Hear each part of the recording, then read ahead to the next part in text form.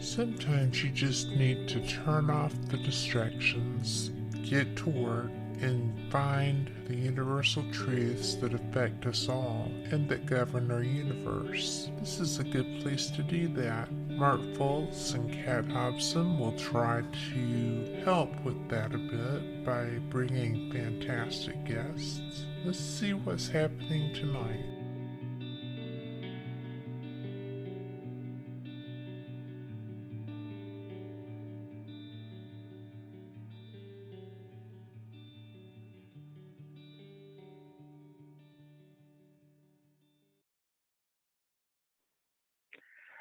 Welcome to Universal Truths with Mark Foltz, coming to you from WBHM-DB in beautiful Birmingham, Alabama. And I am located not too far from Pensacola, Florida. It's a beautiful place. If you've never been here, come and visit. Of course, this is my show, Universal Truths, and we have something paranormal every week that we can do it. And so this week, I'm going to kind of do a little continuation from my last show, which was surviving a murder, because I was murdered and had the near-death experience. And off of that near-death experience later on, as I started to, since I'm an artist, I started to draw what I saw. And during the process. And during that, then I realized some things I was looking at weren't what I really, they were something else. You know, they were what I was looking at, what I was perceiving, but they had more to them. And as I began to draw them out more and more and more, it kind of took me into my own type of metaphysical science. And so, you know, because I work as a psychic at a store here in Florida. And by the way, if you need to come find me, you can find me at Live and Let Live metaphysical store on 4622 South Leafield Road. I work there. Usually I'm there the weekends. I'm Friday and Saturday, and always call in, you know, make sure I'm going to be there. And if I'm not there, if you call ahead of time, I can see if I can get out there to see you. And there are other psychics there. There's Terry O'Connor, and there's Tony Talley, and we all are 60-year-old psychics. So we've been doing this a while. So there's always somebody there to help you with that. And Sal Gandolfo owns the store, and Matthew Ferguson helps him run it. And it's just an amazing place. Lots and lots of stuff. I have never seen so much metaphysical material in my life. But when I work there, sometimes, you know, you'll go through days of doing typical readings. And then you'll have one that will knock the blocks out from under you, or knock the blocks out from somebody else. And as a psychic, you just kind of accept what it's, you know, your gift and how you're doing it. But you don't always know what makes it happen. And that's the same thing with ghosts and spirits. Because one time I was at a convention, and they were having a hard time. It was a different convention than I was used to going to. And they were having a hard time figuring out who I am because they all knew me as an artist. Well, later on, as I became more and more of a psychic, and an author and was writing books, there was actually someone who went, well, what is it? Are you an author? Are you a psychic? Are you, artist? What are you? Like I had to pick one. And so, they didn't understand me, that you can be many, many things, in one package. And they put me in this convention. They put me on what they call a panel. And they put me on a panel with this guy who was a professional skeptic. Everything's no, it's stupid, you're stupid, then no. So they put me on there thinking he was going to eat me alive. And he thought he was going to eat me alive. And I was sitting there waiting, and of course, when it got to my part, which when they did, I looked at him and I said, your parents are on zip. And that threw him off, and he wasn't able to do his spiel to come after me. I just went on and talked about my psychic stuff. So, but he came up with a very good fact. He goes, because a lot of people believe ghosts don't exist because they can't be proven. They don't have a delivery system. And I thought, well, yes, they do. And so it really was the best thing to be on the panel with this person because it put a fire under me. And I said, well, what are they made of? How can we explain to people, what are ghosts made out of? What are spirits made out of? Because before they're ghosts, they have to be spirits. Before they're a spirit, they're a soul. And before they come here, they come from the consciousness, from the other side. And so, but they have to be made out of a material that's based in the real world. Because if they aren't, then, because let's be real. I'm in metaphysics, and there are a lot of people who just think it's very woo-woo.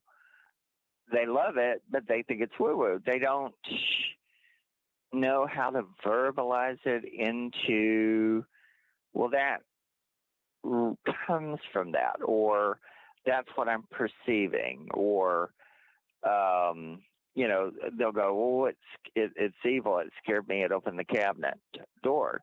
It made noise. It's after my soul, kind of thing.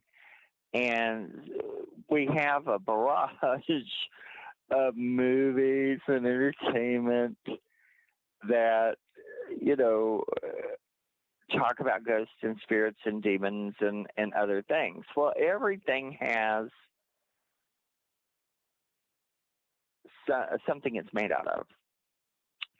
And when we're perceiving it, we're perceiving what it's projecting and vice versa. And so I'm going to try in my little country boy psychic kind of way, I'm going to try and explain it to you. Because, if you go and get on one of these big shows, on TV, it's like everybody's college educated. Well, I'm a country boy. I'm educated from life. And the University of Life is what I've graduated from. So I try to always make things understandable. If I listen to someone and they're really got important information to tell me, but they're doing it like the Big Bang Theory, then I'm not going to get it. Or or the person who needs to get that information, they're going to be scratching their heads going, what does he mean? And two, when I started out in the 70s and had teachers and had people, what they called elders, who had already gone through the process and were supposed to guide us through our teaching. Good luck on that. They would act like they knew information, and you didn't know because you just didn't know, but they knew. Well, really, in a way, they didn't know some stuff. And so instead of going, well, I don't know, let's look at it, they would act like they knew the answer, but they never gave you the information. And they say, oh, you'll learn it as you get older. Well, the further you go along, well, then there was some stuff even when I got a little further along and asked them, I realized they didn't quite know either.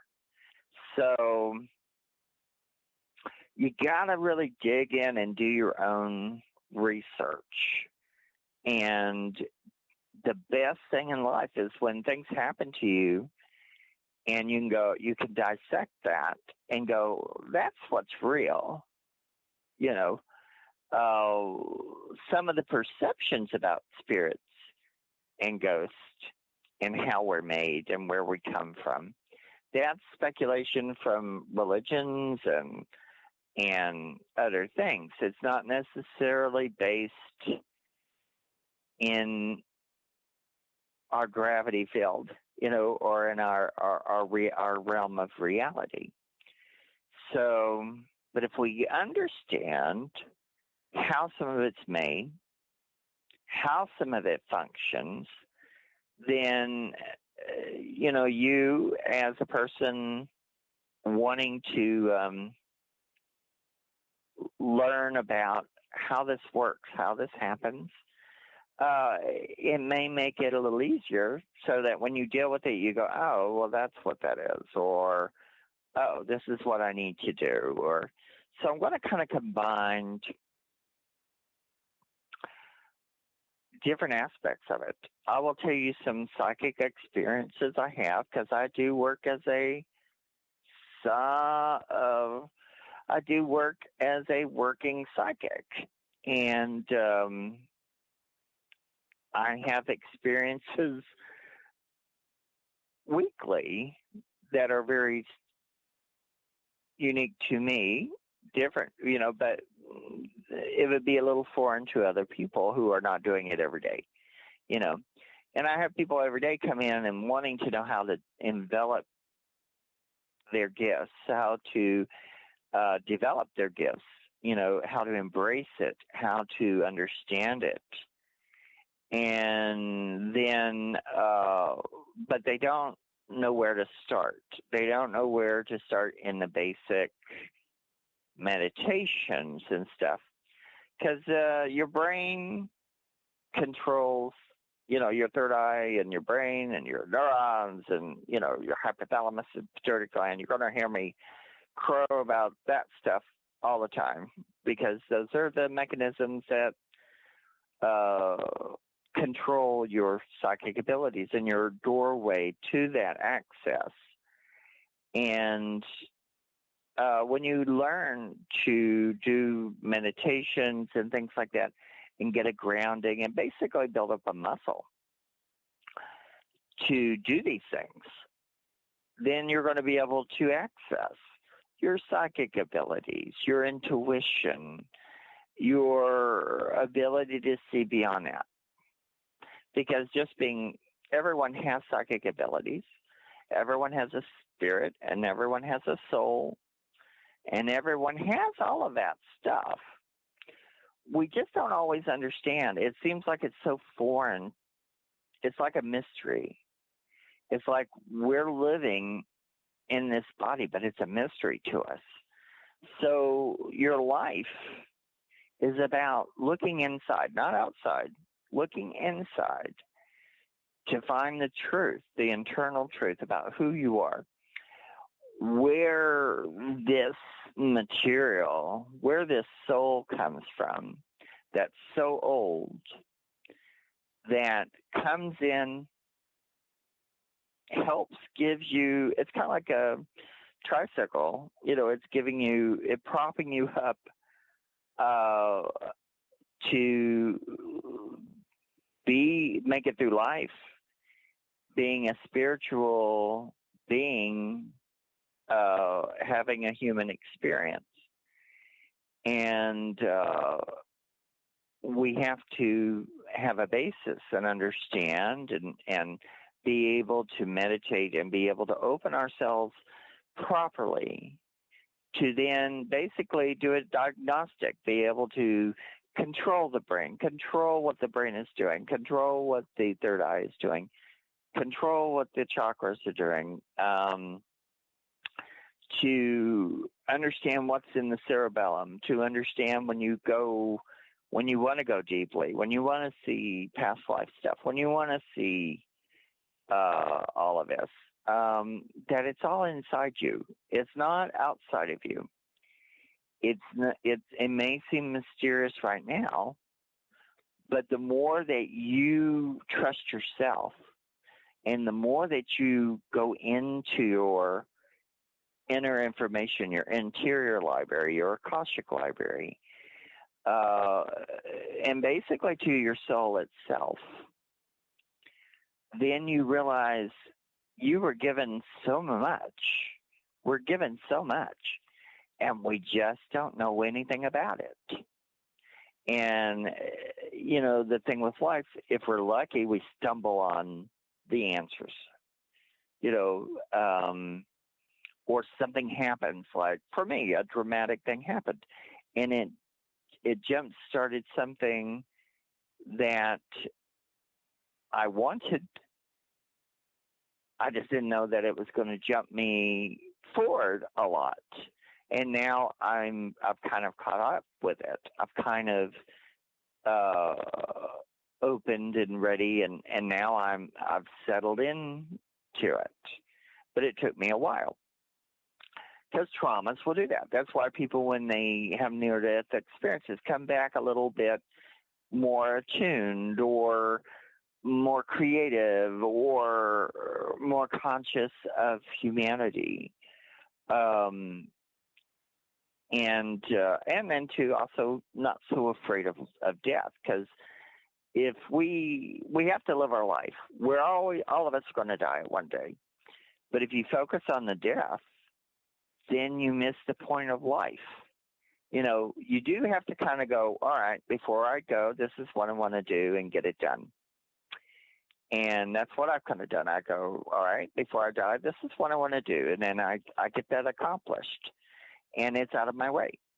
I will not, upon death, be going, oh, I wish I'd done that, or I wish I'd done this.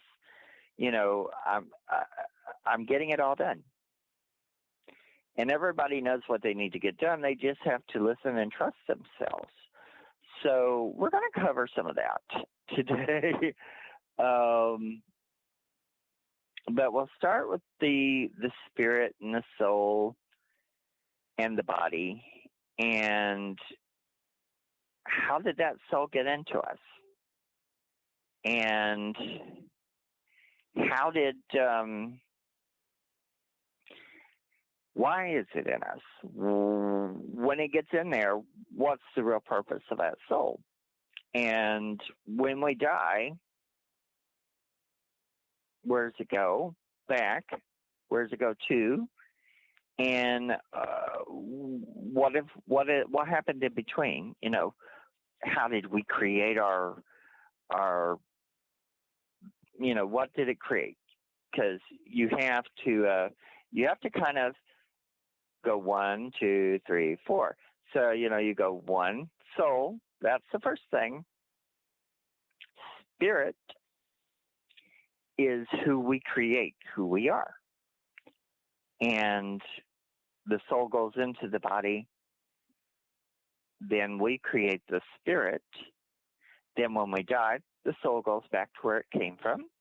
And the spirit goes where it needs to go, because it's information. It's not just a spirit. It's like information you download into a computer. It's really, the brain records of 3 million hours worth of stuff. So we're going to have to go to a break, but we will be back shortly. So and we will continue this conversation. So all of you out there in the dark, don't touch that dial. We'll be right back.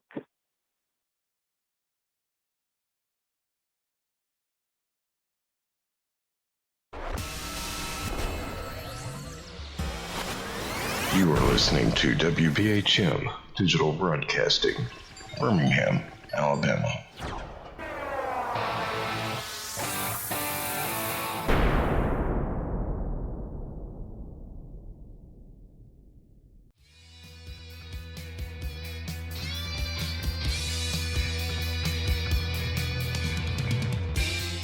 Paratalk Radio is your one-stop for all things paranormal, the unknown, and the supernatural. Join us every Monday night at 8 p.m. Eastern, 7 p.m. Central for discussions and guests on topics such as ghosts, hauntings, Bigfoot, UFOs, and more.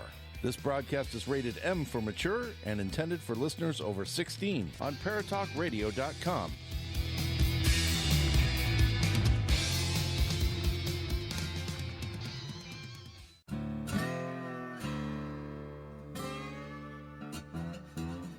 Oh, come on. I'm Southern, but... Nope. That'll do. Hello. I am Kat Hobson, host of Paranormal Experience here on WBHM Digital Broadcasting out of Birmingham, Alabama. I enjoy having guests from all areas of the paranormal, from ghosts to ufology to cryptids and beyond. You'll find some of the best researchers in their fields bringing you some great information. Join me on Wednesday nights from 8 to 10 p. Eastern here on WBHM Digital Broadcasting. Since 1948, Fate magazine has brought you reports of the strange and unknown, all of them true. Fate Radio is carrying on that tradition, bringing you the unusual, macabre, strange, and bizarre. Join host Kat Hobson Sunday nights from 8 to 10 p.m. Eastern on WBHM Digital Broadcasting.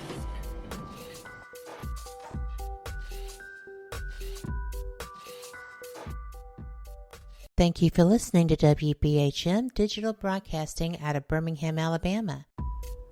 Since 1948, Fate magazine has brought you reports of the strange and unknown, all of them true. Fate Radio is carrying on that tradition, bringing you the unusual, macabre, strange, and bizarre. Join host Kat Hobson Sunday nights from 8 to 10 p.m. Eastern on WBHM Digital Broadcasting.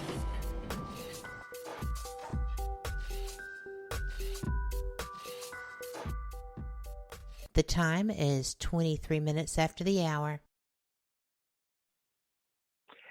Welcome back to Universal Truths with Mark Fultz, coming to you from WBHM-DB in beautiful Birmingham, Alabama. And I'm here very close to Pensacola, Florida, coming to you from my cute little house.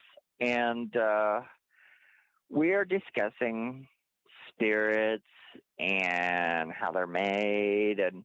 But in doing that, we also have to kind of understand our mechanism that makes it to why we have connections to spirits. Why do we have a spirit? Where did that soul come from? And two, before I kind of go into that, I'll give you an example of something that I, as a psychic, have happened. Now, yesterday,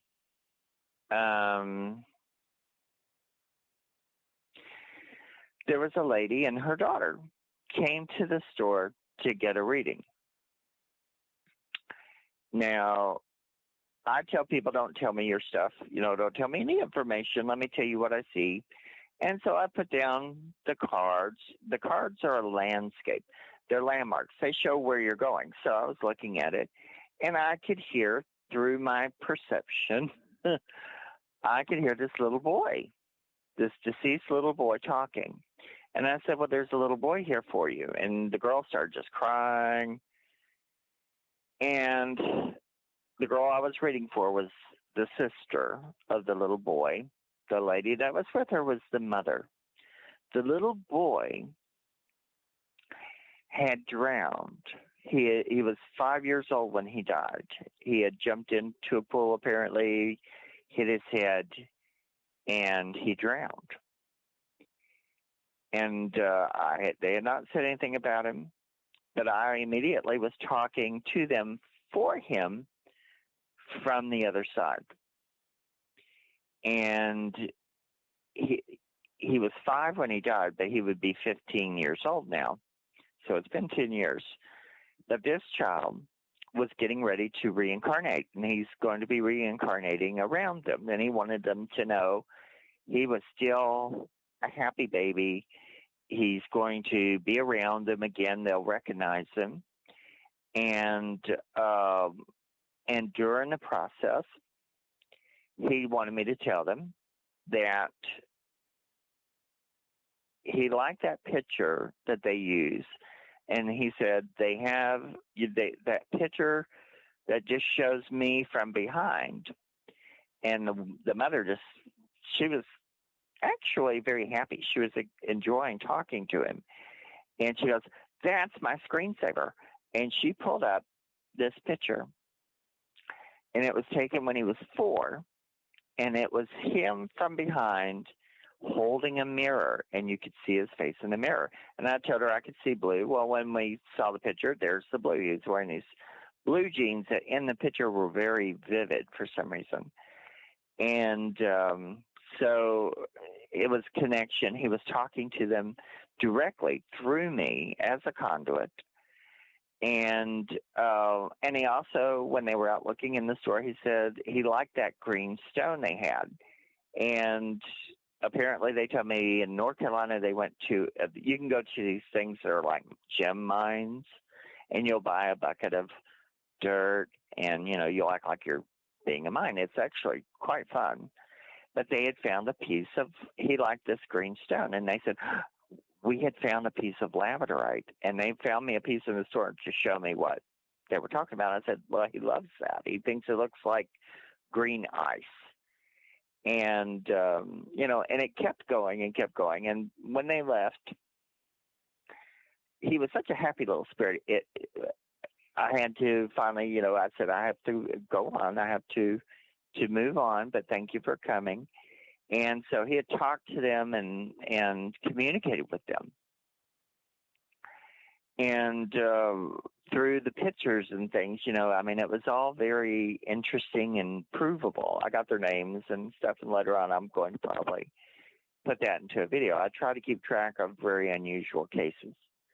But me as a psychic, or you as a psychic, how does that happen? Is it just magic? Is it just you're just sitting there and a little cloud of information just comes to you? It's not. It's actually, for my case, through study, meditation, when I recover from my traumas, the recovering from my traumas, I use that to sharpen my tools and really get to where I knew, you have to, as a psychic, understand your tools and understand who you are. So to do things like that, I have to have my system in working order, and also to be able to communicate with spirits without them lobbing onto me or infecting my system, or, you have to create kind of like a Teflon coating in your system, in your solar plexus, so that when you're open and you get the information, then when you're finished, there is no information left because it's not part of your system. You've cleansed yourself, and it goes. So let's kind of start at where it really started, when my near death. I got out. And that next year, I remembered seeing things. So I saw, when you start to see, it all kind of starts to get very clear and crisp, and you see pictures, but it's all superimposed. So I saw a hill, what looked like trees on it, with shadows moving through the trees, coming down the hill, moving towards me. And so we're going to start at kind of the top here. So when I drew that, and then later on was remembering the greenish yellow, beautiful glowing light that the hill was made out of, and all of that. And I was going, when I drew a picture of it, then I started to go, well, that looks like something else I remember. So, because, that's what you start to see first. You see the people and the scenes, and they're moving towards you, calling you, and you're vibrating, trying to move towards them. Well, all of that, and then, too, the brain records 3 million hours worth of information. So while you're watching all this stuff and you see what looks like 3 panes of glass, what that is some kind is a plasma. And the brain, which has recorded all this information, is downloading all that information. So you're seeing all this green, it looks like computer stuff, but it's really your brain just downloading all that information. And it looks like green lettering on clear sheets of glass, but it's on plasma. And as that happens, then the tunnel opens. So, I started from where I was, going up the tunnel, got to the top, got to peek over the top, and saw these lights and saw these shapes of lights. So when I started drawing this down, I went, oh, wait a minute, what? Because then I realized I was seeing on a cellular level when I was dying. And that's what you're doing, because when people talk about your pineal gland, the pineal, the hypothalamus, the pituitary, all of it works. The hypothalamus and the pituitary send information, so that they also help regulate and open the third eye. So while you're doing it, everything looks symbolic. So I think the way I described the pituitary gland is like a little platform you're on, and then your spirit is getting ready to download. Then you see a tunnel, and as you go up that tunnel, then that's, if you go on and you die, then you just keep going, and you go up there and you go to the things that have light them, that are made of light. So when I start drawing these things down, and I drew the things that are at the top of the tunnel, I drew the tunnel, and the tunnel is made out of a weird material. So I knew it wasn't typical. It wasn't like a tornado or it wasn't a spinning material. It was some kind of fleshy looking stuff, fibrous. Everything had kind of a fiber plasma look to it. It was fibrous, some of it. So as I drew it down, I realized the things that were at the top of the tunnel, that I could see these huge colored circular things with little tentacles on them. I drew those down and I went, those are neurons. So what's happening is you're downloading from your brain. There's a system that uploads, and you upload to a bigger neuron pattern. So that is the consciousness. So wherever the universal brain, the brain that exists in dimensional layer, I guess, that because the earth is a self-regulatory system, and the more that happens, the more it learns. And it regulates. It regulates how to make heat, how to make atmosphere, how to make water, how to cool down, how to make oil to keep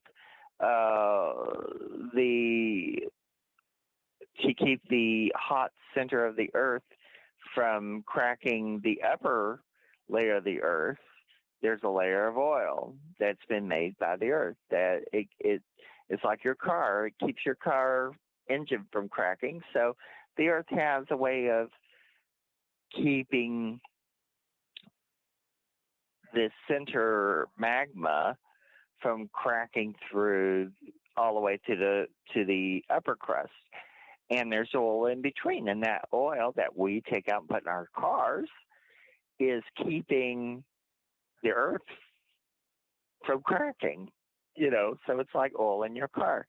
It's really, you think about the earth, if you look at it and think of it like an embryo, and the center is the living, breathing, beating heart, and the earth around it is the womb, and the water that it creates and the atmosphere it creates gives us hydration, and the steam that it makes gives us atmosphere.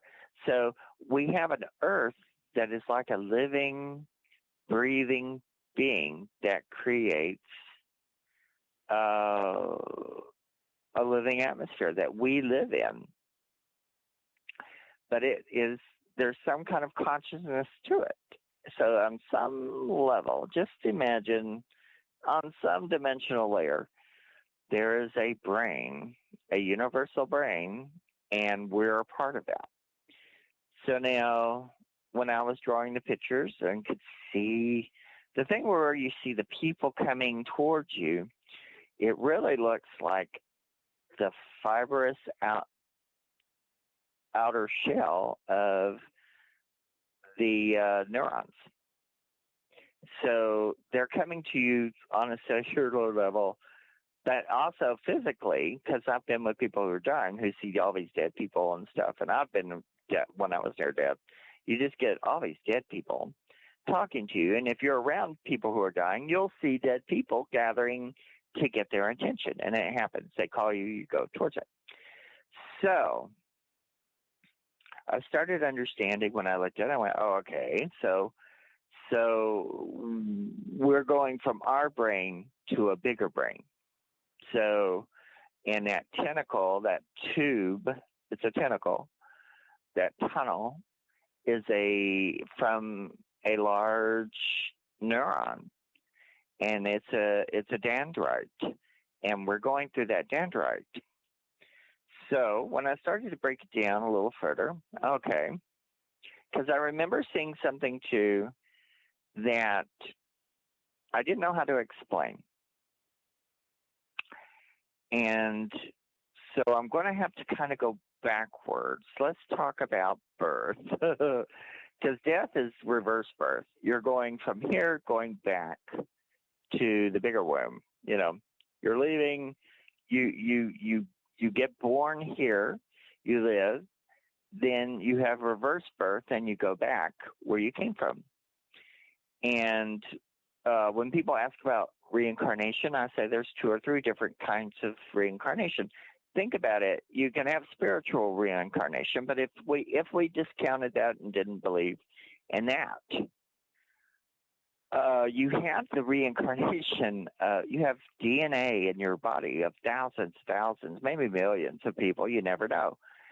And you get their eye color, their hair color, and all of that. But you also get their memories of them, what they put into the gene pool.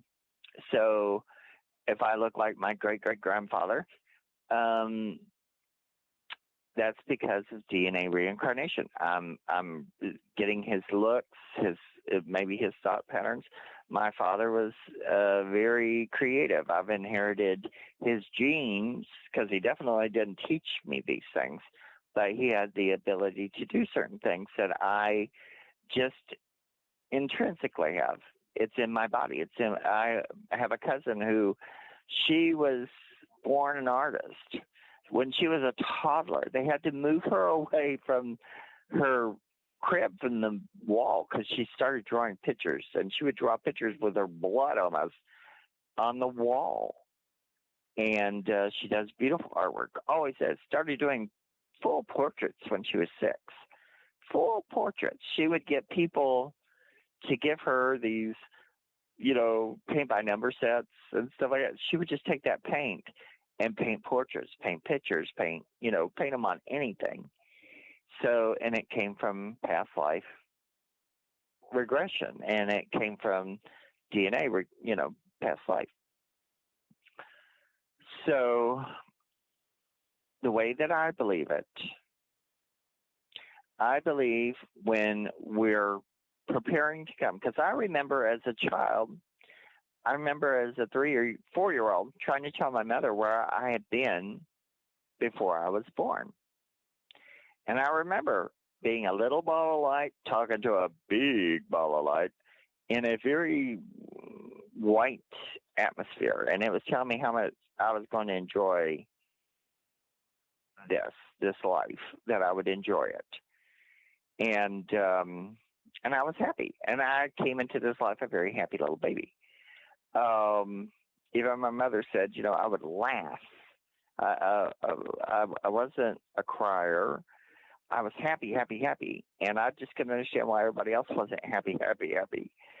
And it drove them nuts. But the way I believe it, because we have the body, we have 2 or 3 versions of the body. We have the mineral form, which is your physical self. It's the minerals that we have. We actually even have some cells in us that are plant-like. So we have plant and protein-based material in this shell. So we'll call that, our body is the mineral envelope. And the spirit and the soul fit into the mineral into the mineral envelope. And each one is a little separate. Now, what happens? And this is the way I perceive it, so it's just my opinion, that from this huge neuron pattern that we go to when we die, we come from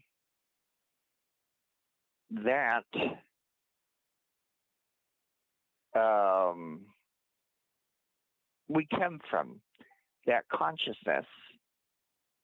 And what happens is there's a big pull of light, and there's a little tendril that comes out of it for each individual.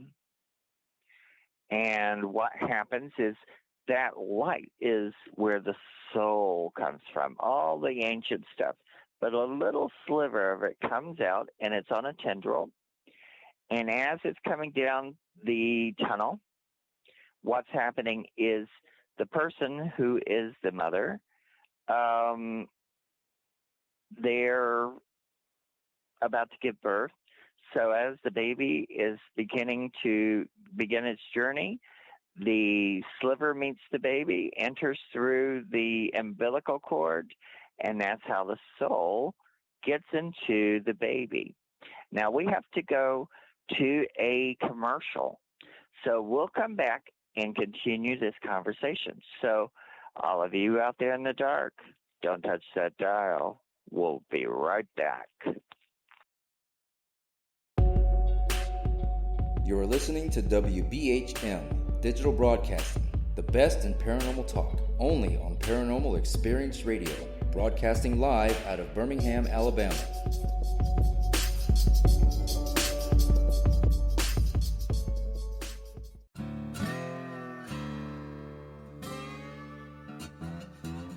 Oh, come on. I'm Southern, but... nope. That'll do. Hello. I am Kat Hobson, host of Paranormal Experience here on WBHM Digital Broadcasting out of Birmingham, Alabama. I enjoy having guests from all areas of the paranormal, from ghosts to ufology to cryptids and beyond. You'll find some of the best researchers in their fields bringing you some great information. Join me on Wednesday nights from 8 to 10 p. Eastern here on WBHM Digital Broadcasting. Since 1948, Fate magazine has brought you reports of the strange and unknown, all of them true. Fate Radio is carrying on that tradition, bringing you the unusual, macabre, strange, and bizarre. Join host Kat Hobson Sunday nights from 8 to 10 p.m. Eastern on WBHM Digital Broadcasting.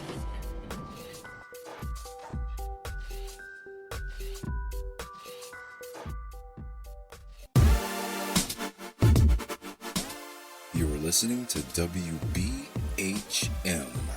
Digital Broadcasting, the best in paranormal talk, only on Paranormal Experienced Radio, broadcasting live out of Birmingham, Alabama.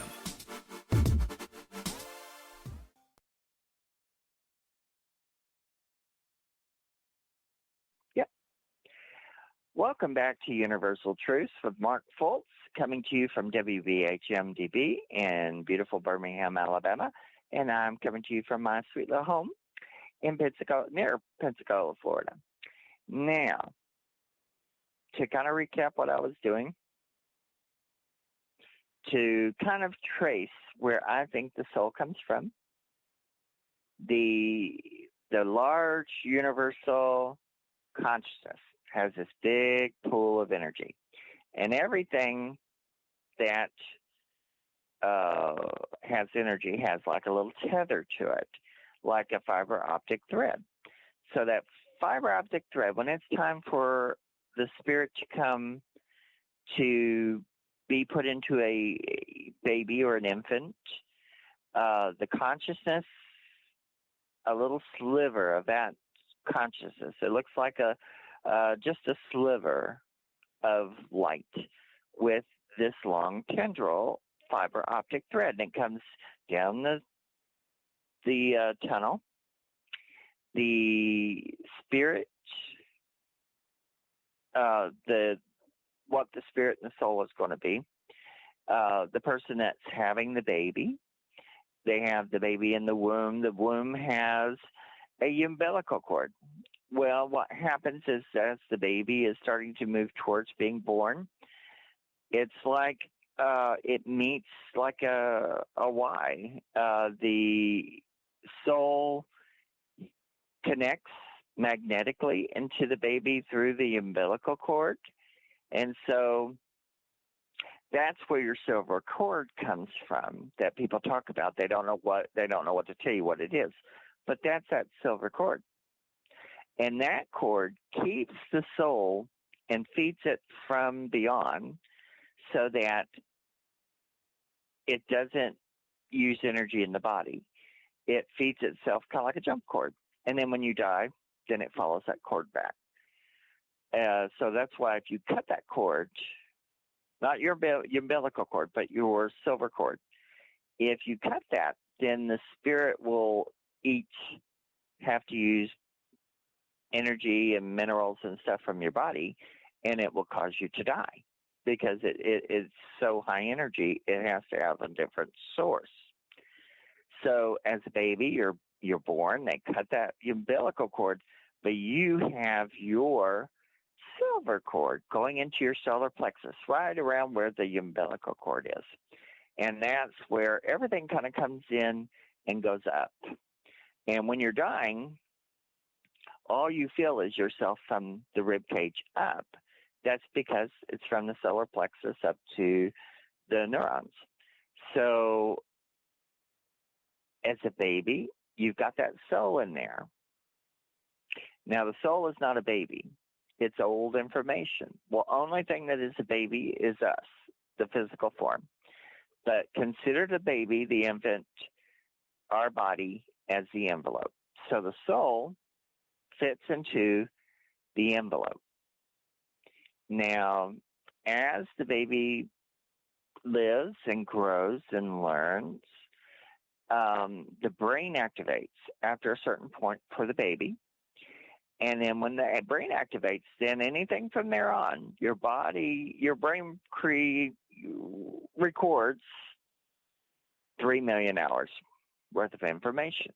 So that is the start of the soul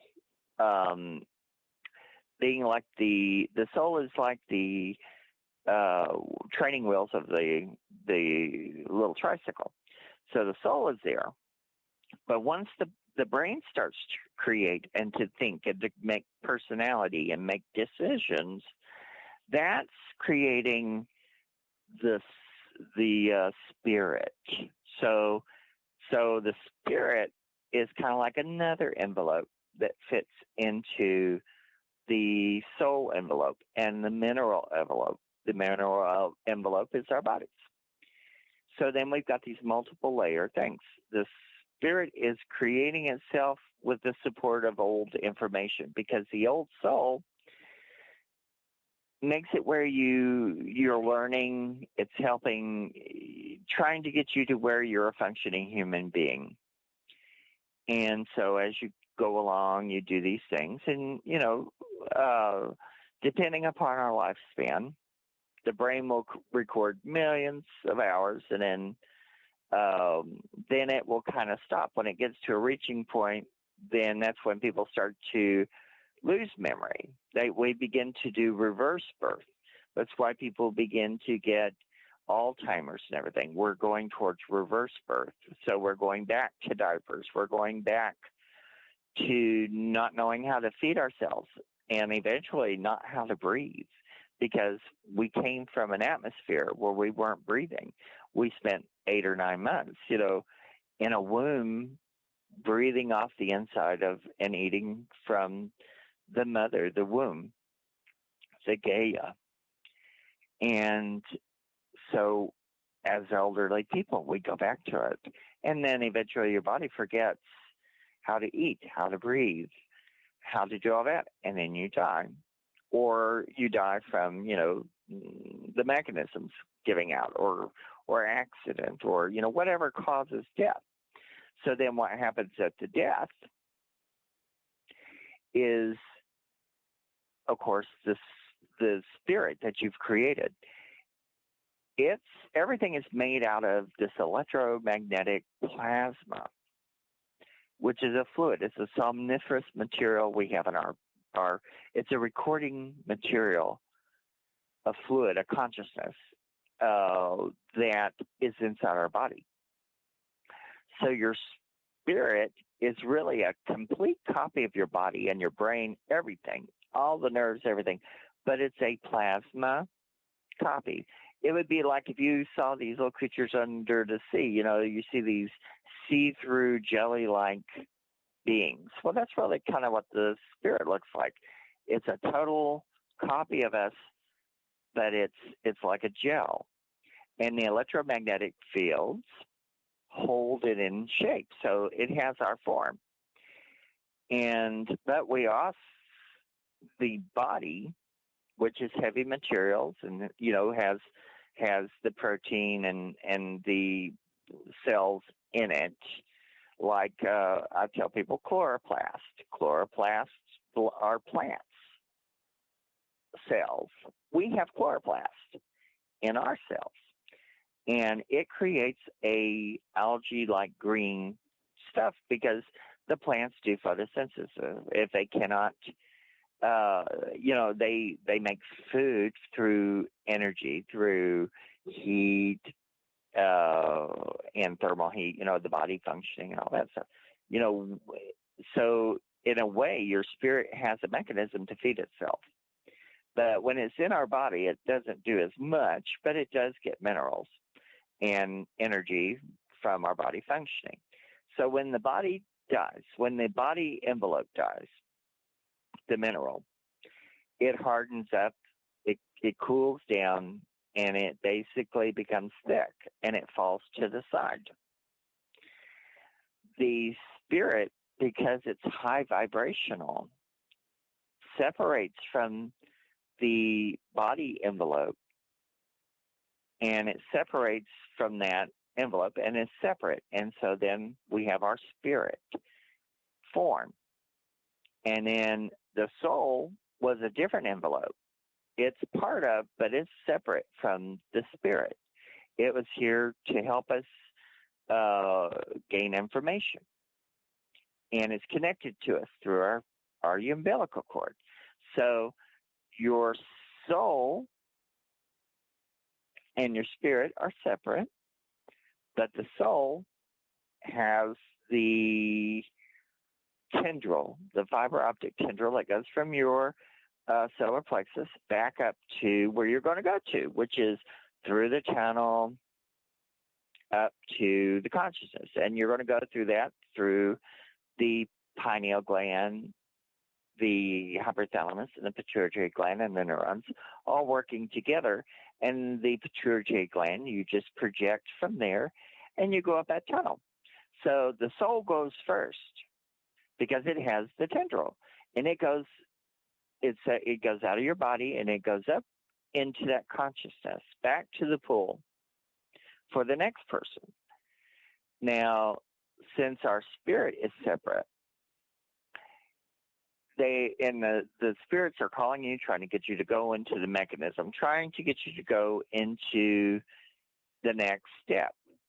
So if it does and it works and you fall for, the people calling you and you go with them, then you follow that tendril of the soul. You go up the tunnel, up to the top of it, and then you go up, and the plasma form that has you've created, your spirit, it's when you're seeing all this downloading stuff and all that's happening before you die.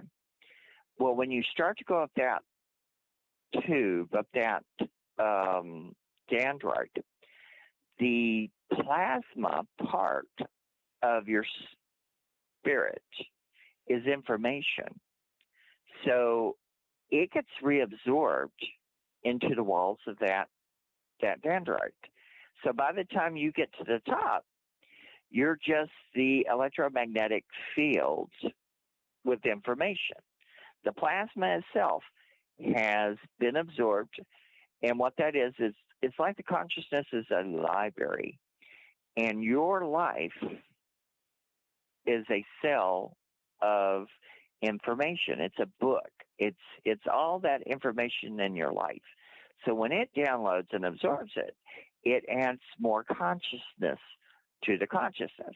It adds another book of information, and it learns from that. So no matter how bad your life was, good it was, successful you were, how much you failed, whatever, they want it. It's better to have a dramatic life, I guess, than to be boring. Because if you were boring and safe, you didn't take chances. You didn't learn something you didn't know. So the more you can learn, the more chances you take, the more, not to be stupid, but, to expand. They want that. They're hungry for that. That's why it's a challenge, because the consciousness goes, it's like a challenge like going to school. It's like, get out there and bring back, some more stuff. It's kind of like a competition for spirits. But once your spirit follows up that tunnel, the plasma absorbs into the tunnel, into the flesh of the tunnel, the dendrite, and then it's absorbed into the consciousness. If your spirit comes back towards here, it will pick up some of that back on the way. It's magnetic. So it will pick up some of the information, and so when they get here, you can see them. Now, spirits, because of our solar plexus, there are usually two types of orbs. People talk about these little orbs and blah, blah, blah, blah. I saw a beautiful orb the other day. This woman showed me this picture of her son who had died. He was in his 20s. But she keeps seeing these beautiful green orbs. And I said, well, and they're about the size of a baseball. And I said, that's really an orb. That is what our spirits really are. They're a disc of information. And then you come into contact with somebody, your aura, which is controlled by your neurons, is a CAT scan, and it reads that information, and you perceive what the spirit looks like, and and vice versa. But if you just see the spirit orb, that means they just haven't projected yet, or you haven't seen them yet. It's just their information. So if you come back, you might be an orb, you might see. We're going to have to go to a commercial, but when we come back, we'll continue to talk about the spirit, how it's functioning, and how we interact with them, and how we also what we need to do for our own spirits. So all of you out there in the dark, don't touch that dial. We'll be right back.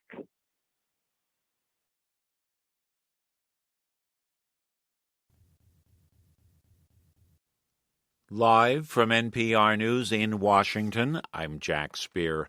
Americans are getting new advice on how to live with COVID. Today, the Centers for Disease Control and Prevention updated some of its guidance, including when to quarantine and how schools should handle the virus. Here's NPR's Will Stone. Overall, the guidance relaxes some of the CDC's previous recommendations. People are no longer required to quarantine if exposed to the virus. The CDC is also taking the focus away from screening people for asymptomatic infection. In schools, that means eliminating what's known as test to stay, which allowed kids to stay in school as long as they continued to test negative and had no symptoms. Greta Massetti is with the CDC. High levels of population immunity due to vaccination and previous infection, and the many tools that we have available to protect people from severe illness and death have put us in a different place with COVID-19. She says at this point, about 95% of the U.S. population has some form of immunity against COVID-19. Will Stone, NPR News. Authorities say a standoff with an armed man who attempted to enter an FBI field office in Cincinnati is over.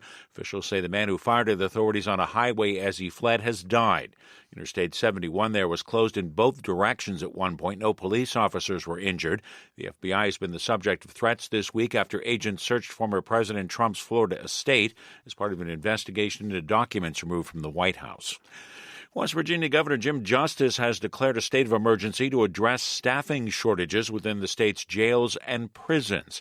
As NPR's Dave Mistich explains, the Republican governor is calling on the National Guard to backfill any staffing needs until vacancies are filled. Governor Jim Justice announced the emergency declaration during a regular briefing on the state's ongoing response to the COVID-19 pandemic.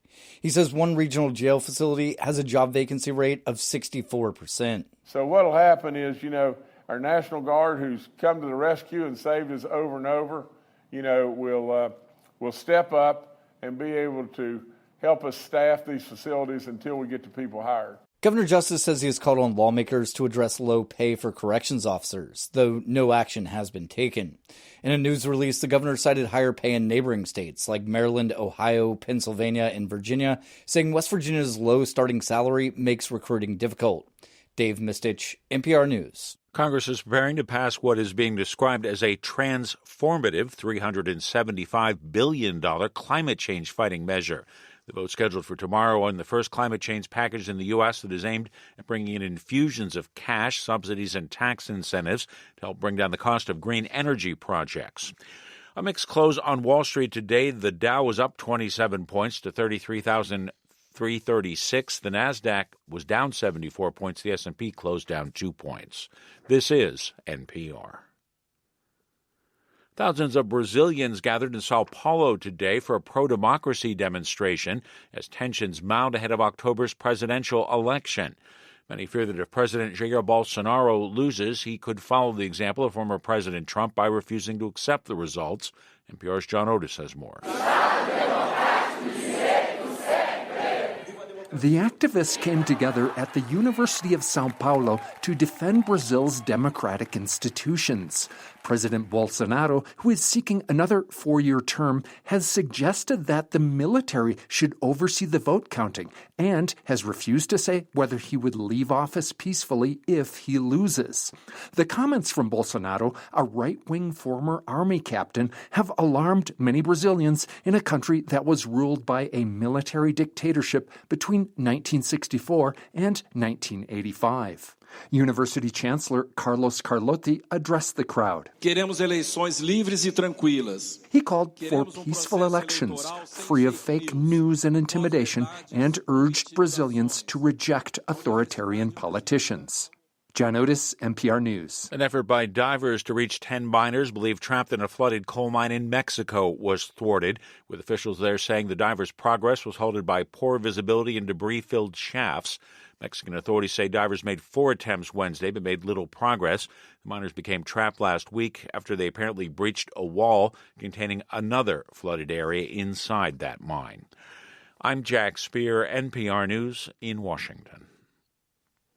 Life Kit is like your friend with really good advice. So, Can I really be truthful? Yeah. It's just me and you, right? Well, sure. Let's say it is. 3 times a week, Life Kit is in your feeds with episodes on health, personal finance, personal growth, and so much more. Listen to Life Kit from NPR. Welcome back to WBHM Digital Broadcasting out of Birmingham, Alabama. The time is 5 minutes after the hour. Welcome back to Universal Truths with Mark Fultz, coming to you from WBHM-DB in beautiful Birmingham, Alabama, and I'm coming to you from my sweet little home near Pensacola, Florida. Now, we're talking about the spirit, the soul, where they come from, how they go back. So when I was talking about, the orbs, what's an orb? Well, when you really see a real one, they usually are about the size of a baseball, and it's like a disc of information. And if you see the orb in the house, it's either going to be about the level of someone's waistline, or there will be one higher, like where the third eye would be. So, and that also says something about the spirit, if it's still in its head, or if it's functional as an energy information disk. So your aura, which is controlled by your pineal gland, your neurons, and comes out the top. The light comes out the top of your head and creates a sphere of information and energy around you. It's your CAT scan. So if your CAT scan is working and you see that ball of light and it's information in it, and when your energy scans it, if that spirit is projecting themselves as what they look like, that's what you'll see. You'll see that person. Now, this is all about, if the person, they've died, their soul has gone back up into the energy field, your spirit who you created has gone up into the spirit, to the consciousness, again, the energy field up there, in the consciousness, then you kind of transitioned it to the natural process. Now, there are tons and tons of people who do not go through the process because they're afraid to go into that light. They don't know what that is or what these people calling them are, or because that's not what they learned in church, or that's not what they just don't know what they're looking at. And sometimes people feel like because of what, they've been told they're such bad people because they're this or that, or how people are, and they cause people to feel ashamed of themselves or something, or in fear of, because a lot of people believe the afterlife is just punishment and being tortured. And actually, there are people that if you said there isn't a hell, they get mad. But I don't believe there's a hell, but that's just me. I've not met any spirits who've said they've been in hell. The people who processed. Now, there are people who did not go through the process, and they can become discarnate. And that means they either need help from the other side or from this side to move on, to go into the natural process, or they just go, I'm not going to do that. I'm not finished here. I'm not finished with this. So that spirit form that they created doesn't go up and get absorbed. They don't go through the light. If you go into the light, you download, it cleanses your energy and you get uploaded. Well, if you don't do that, the spirit it's the thing with the soul. The soul had a little tendril to it, a little fiber optic thread. So that fed the soul. The spirit was functioning off of the body. So when the body dropped off and the spirit separated, the spirit is an electromagnetic plasma. So it has to keep itself enough thermal energy to keep functioning, since it has the chloroplast in them, they can use that greenish light, kind of like plants, to get sunlight, thermal heat, its energy, so they can absorb that. They can learn to feed themselves. So then you've got spirits who are staying here that are functioning. Some of them are okay. They're just not going to go on yet. And then there are some that don't know how to feed themselves. But they find out if they get around people and scare them, then the people put out energy. They put out thermal heat. So then they absorb that thermal heat. That's why if you get around a spirit and it's scaring you and you feel this cold, the cold is because it's a cold plasma. And if you think about plasma like jelly or like Jell-O, and Jell-O, if you have it and it gets warm, it turns back into a fluid. If you put it into the cool, it congeals. So the spirits that are here that are discarnates and can't move on or won't move on, or they're traumatized because they're confused because they were murdered, or they want someone to know what's going on. They're not letting go and going on, that kind of thing. Or they just feel like, I'm just not going. I've met people that I knew, the last words they said of, I'm not done yet. And they just didn't go on. Now, some of the ones that can feed themselves, they can learn to feed, and they'll be around, you'll see them. Then there's some that they have to learn how to eat, but they intrinsically, whether they understand it or not, they know that they can get thermal heat from someone. And if they're in an excited mode, like being scared or being angry, then they go, oh, if I scare them, I can eat. I feel better. So I can function. And they will. And the times of the year, there's 2 times of the year the veil is thin, and that's from the electromagnetic fields of the earth. And the electromagnetic fields are pulled by the poles, and they stretch. And there's 2 times of the year that the material gets thin.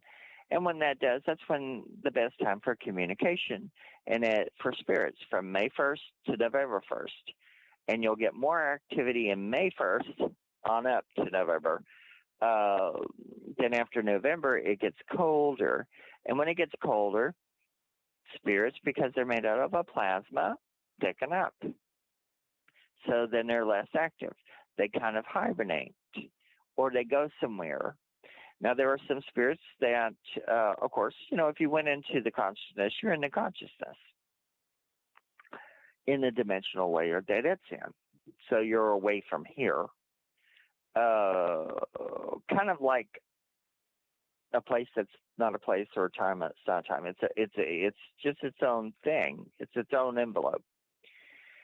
But if you're here and you're functioning in it, some of the older spirits that can't function on their own, or that are haunting because they're discarnate, they begin to degrade. So they don't always look like the beautiful person in person. They begin to take on the characteristics of, if they stay with the body, if the body is buried or the body is in a crypt, they could stay with that body, and they will begin to look like what the body looks like. So the mineral shell, and in our system, I can tell you this, we don't have a great way to preserve people.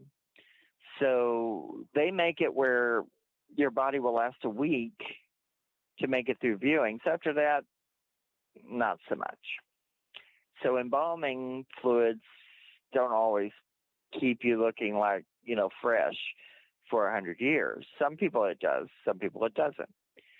So the mineral form we have has its own mechanisms. When you die, then it starts a mechanism of decomposition. And it goes, all right, now do this. And it does its own, it has something that everyone goes through with decomposition. And we don't have a skin that tans well, like taxidermy. So we can't taxidermy people very well. We can keep them sort of, as long as we keep the air out. So if their body is changing looks and breaking down because we have minerals, that body, the reason I call it the mineral body, the mineral shell, is because as soon as it dies, it begins to turn back into fluid and dirt. You go back to dirt.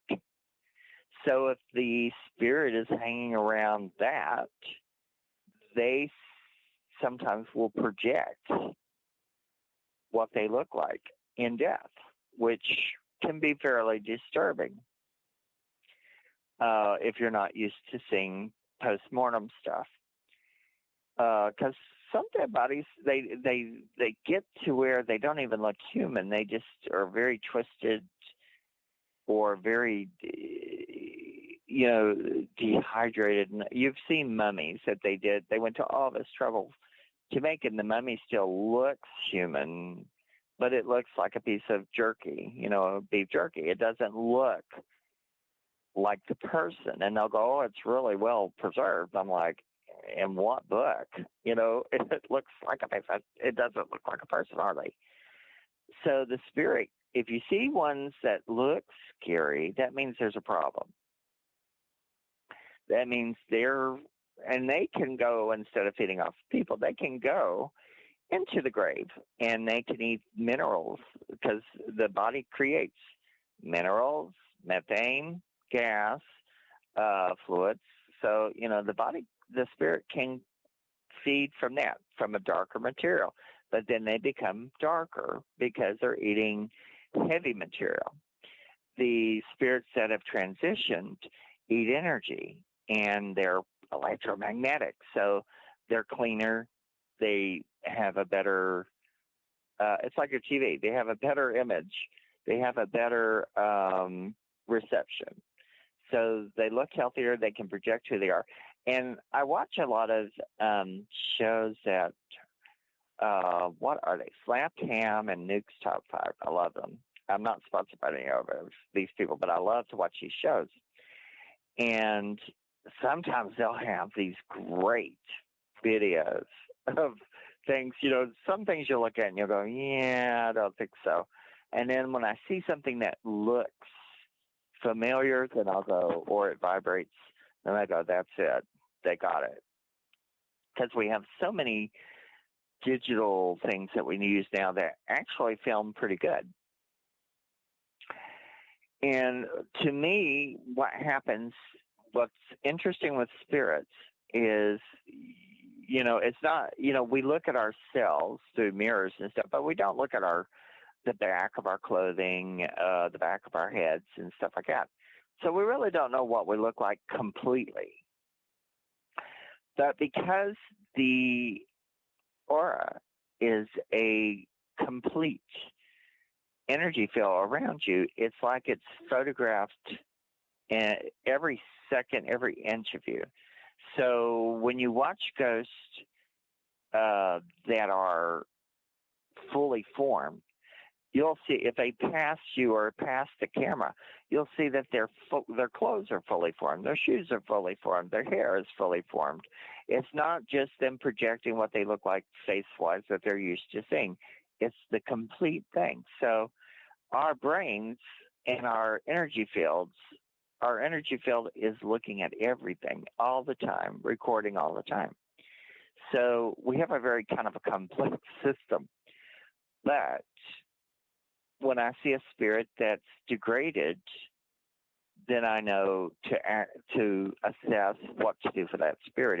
If it needs help, or if it's just needs to go somewhere else. If it's something that's not wanting help, but it wants to feed on somebody and it's in your house and it wants to scare you so it can function, or it's confused and it's looking for somebody else, or it's looking for its old life and you happen to be in the way. But when we think of these in supernatural terms, then we keep, then we get the very scary, this is coming, this is like an alien, it's something really, really, really mysterious. But then when you start going, well, this has a basis, this is the energy, this spirit is doing this for a particular reason. What's that particular reason? Can we communicate with this spirit? can we get that spirit that's degraded, that maybe they want to go into the light and they don't understand that their body, they still have a form of their body. And included in that plasma, electromagnetic plasma form, is the neurons. When people say, see the light, go into the light. Well, the light is the light of the neurons. And you can tell the spirit to see the light. And if they go through that and they download, then they'll go through the natural process and then upload to the universal level of lights. And so when we as psychics go to homes and cleanse them and say, you need to go into the light or whatever, or there are spirits that are not going to go into the light and they're not going to quit doing what they're doing, and they're quite happy, scary people, and sitting around watching TV. But you need them out of your home. You can set your boundaries. What you do with the cleansings, what happens is when you have to use all the elements, water and salt and energy, to charge up the water, or you can use Florida water. And then you get a smudge stick. A lot of people, when they want to move these spirits out, they'll smudge them. And it's overwhelming to the lower frequencies because they're a thicker material. They're a thick plasma. So the smoke may drive them out, but if you don't draw an energy boundary to change the locks, when the smoke goes away, they can come back in. And so you have to do it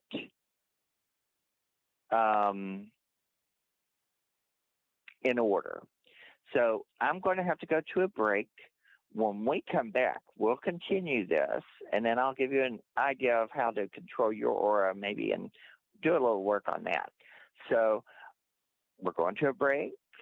All of you out there in the dark, don't touch that dial. We'll be right back. Warning, the following message does not necessarily reflect the views of WBHM-DB or its hosts, guests, listeners, or of any functioning adult in general. In fact, Frank should probably seek professional help. Listener discretion is advised. Hi there, Frank Lee here. I thought that I would spend a few moments telling you about the positivity from the network here. The overall message of para-unity and happiness, and how everyone here wants to get along with everyone out there, and how everything is just wonderful. Wait, Cat's not looking. Okay, I've got something to really tell you.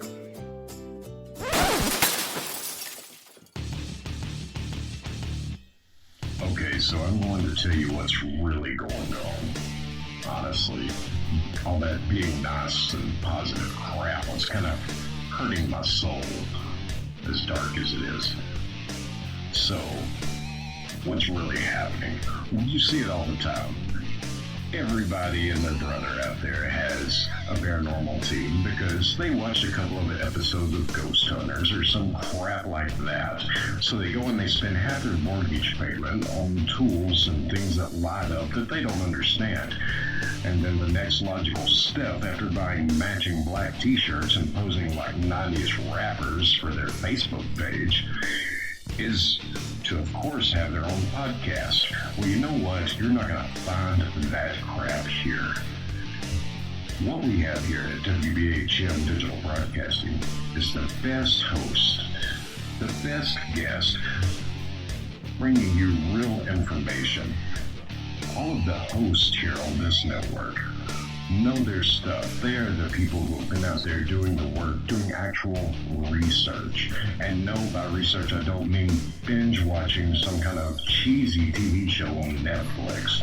I mean reading books. I mean out in the field doing the legwork. And who are they interviewing on their shows? They're bringing you the people they have learned from. They're bringing you the best in the field. covering all kinds of topics from UFOs and aliens to Bigfoot to cryptozoology to ghosts to anything you can think of, a bit strange and unexplained. It is here, and you're going to get the best information here. So stay tuned to WBHM Digital Broadcasting. Don't go anywhere. Speaking of going somewhere, I've got to go before my mic gets cut. We'll see you there on WBHM-DB.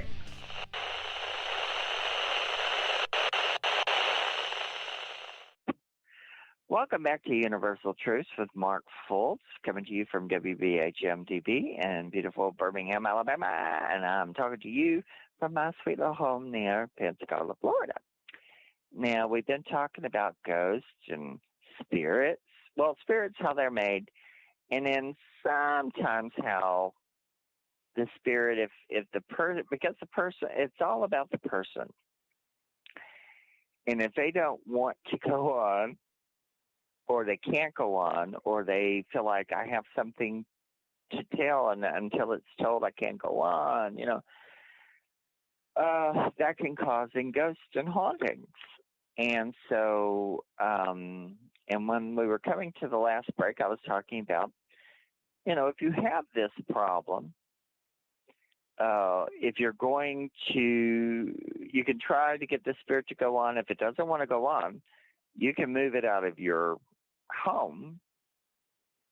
You can't destroy that kind of energy. You don't destroy energy. Energy changes form. It does this and that and the other, but you can't destroy it. So when you have your home, I tell people, because people will smudge and the ghost will go away and then it'll come back. It's like you've got to use salt water and draw a boundary first, going through the house, and you're changing the locks, basically. Then you take the smudge and you smudge them out. And I'll tell you how you can kind of do this if you have an emergency, especially if there's children involved or something where people are getting scared. What you do is get your salt water, put 3 pinches of salt in a bowl of water, and get your smudge stick. And if you're lucky enough, if you can order Florida water, it works great too for some reason. It has a lot of the elements in it. But you have to use all your elements, earth, air, fire, water. So you start at the front door. You open up all the closets, all the cabinets, and all that stuff. And you get your bowl of water or your bowl of Florida water. And I usually use like 3 bottles when I do it. But then you start at the front door, go in a clockwise manner through the house, sprinkling that water. And you go spirits of ill will, ill intent, will not, cannot cross this line. Now, this is how I do it. And I'm just telling you what I do. And sometimes it helps to have a professional come and do it. But if you have to do it yourself, you can try it. And but you go through spirits of ill will, ill intent, cannot, will not cross this line. And you go through the house and 3 times. And you stop back at the front door, sprinkle it really hard with the water. Sprinkle any place that's dark, anything, open up all those cabinets, all those doors. Then you start with the smudge. You go from the front door, go through clockwise manner, spirits of ill will, ill intent, cannot, will not cross this line. The smell of the smudge will push them out of your house. You drew a line of energy with the water and the salt. So when you finish at the front door and you go, spirits of ill will, cannot, will not cross this line, finish with a little prayer to send all of these negative energies or whatever out of your home. And you've drove them out by changing the locks. Now, sometimes if they've been there a long time, you may have to do it a couple of times because they're like a residue. They may have a residue, and it may take a little while. So you can try it again if you need to. But usually the first time, if I do it, Because while I'm doing it, I'm drawing a line of fiber optic energy through the house. So I'm drawing a line with my own energy, blocking them out. And you can do that. And that sometimes, people will go, well, I had a vision. I had to try to get my church, come to this, blah, blah, blah. And a lot of times, if you have people think the Catholics are the only ones who know how to take care of spirits. And a lot of times what they do doesn't work because if the spirit is not of the religious angle that you're trying to get it out of your house, you can't make them mad. They can go, you think I'm a demon? I'll show you I'm a demon. I'll show you something. And sometimes the religious thing doesn't work. You have to deal with them as energy. And you're pushing this energy out of your house, out of your energy field. You're drawing a new boundary. You're taking control. You're using the energy from your system to draw a new system. And we're dealing with energy and spirits and stuff with our own energy level at that level. And for me, I've gone into places. I went in one place, they did have a priest come and do it, and it really got bad. And I went in and I stopped it. Because if you are going to attack something spiritually, you better make sure it's bothered by that spiritual content. If it's not going to be going, oh, I don't want to be around that. If it's not what it goes by, then you have to treat it as energy. You have to move it out as energy. It is an energy. It's and at some point we all become spirits. We all become something out of us. And some of these spirits have trouble. Like, they need to be going to PTSD trauma therapy instead of doing what they're doing. But if they can download and go into the consciousness, they'll be okay. But they won't go because a lot of times, they've been told, oh, that light, that's going to hell. You're going to hell. And it's not what that is. And that's not the experience that I had or other people I've known and talked to have had. So, you have to think about it as energy. But if you have a problem in your home and you're having a problem and you can't get somebody to come do it, you can do it yourself. It is better if you can have somebody do it that does it on a regular basis. But each psychic and each medium and each metaphysical person is going to be different. And some people know what they're doing, and some people do not know what they're doing. It's like, I'm not a plumber. It would not be good for me to go in someone's house and try and do the plumbing. Some of the, and there are people who are in ghost groups that think they can do these things, but it's kind of an ego thing. So you've got to find somebody who's not just into an ego thing. You got to find somebody who knows what they're doing. And if you can't find them, you can do it, because if you want them out of your house, use that. Use that energy to draw it down and say, I'm not afraid of you. You're going to get out of here.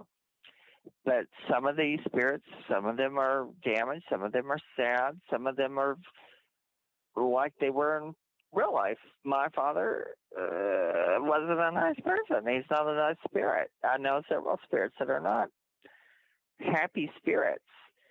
And they didn't all of a sudden change and have wings and sit on clouds. Some of those spirits, if they were malignant people, sometimes they become malignant spirits. And you have to deal with them in a way where you just have to disassociate yourself from them, move them out of the field. And you have to use that using your own mechanisms. And, we have to learn how to control our auras, our energy fields, and our boundaries, how to keep, as psychics, how to keep ourselves in good working order, so that we can say, I can say, I need this, I need to do this. So at the drop of a hat, I can pull up my energy field, I can be ready, I could do it, and nothing is going to bother my system because I already have like an energy Teflon coating on it. I have a way where you have to keep your aura in working condition. And since it's an electromagnetic plasma, it has to be kept to a certain level when you're doing spirit work, when you're doing psychic work, when you're doing Reiki work. I've met a lot of people who were good healers, bad energy technicians, but good healers. And they would be sick as a dog. They were great healers, pulling stuff off of people, but then they were pulling it into themselves. They didn't understand how to deal with that energy. And so we have to be careful how we deal with that so that we don't absorb some of these things. It's like getting your handed tar. You just get these things, and then you have to understand how to cleanse yourself, how to keep everything working. And, and that just comes from time, meditation, thinking.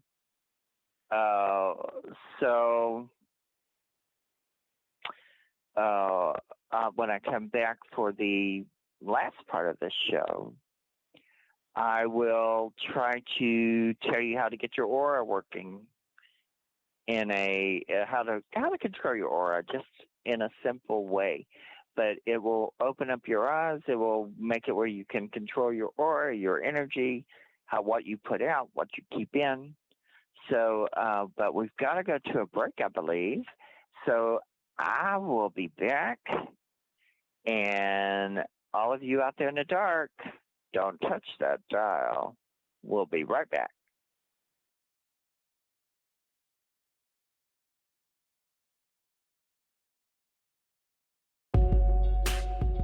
You are listening to WBHM Digital Broadcasting, the best in paranormal talk, only on Paranormal Experience Radio, broadcasting live out of Birmingham, Alabama.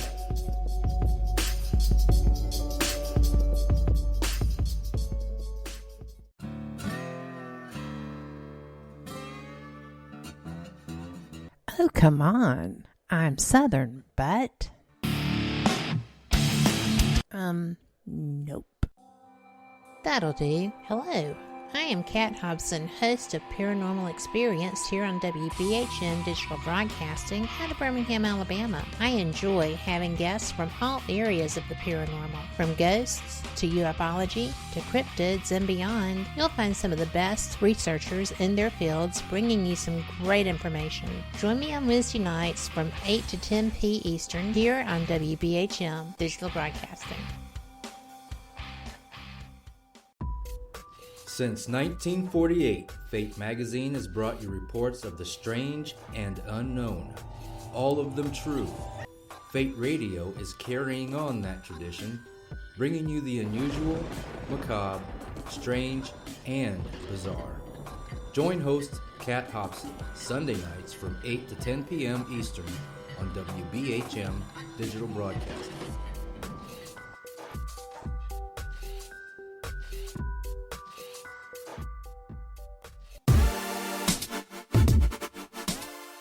Listening to WBHM Digital Broadcasting, the best in paranormal talk, only on Paranormal Experienced Radio, broadcasting live out of Birmingham, Alabama.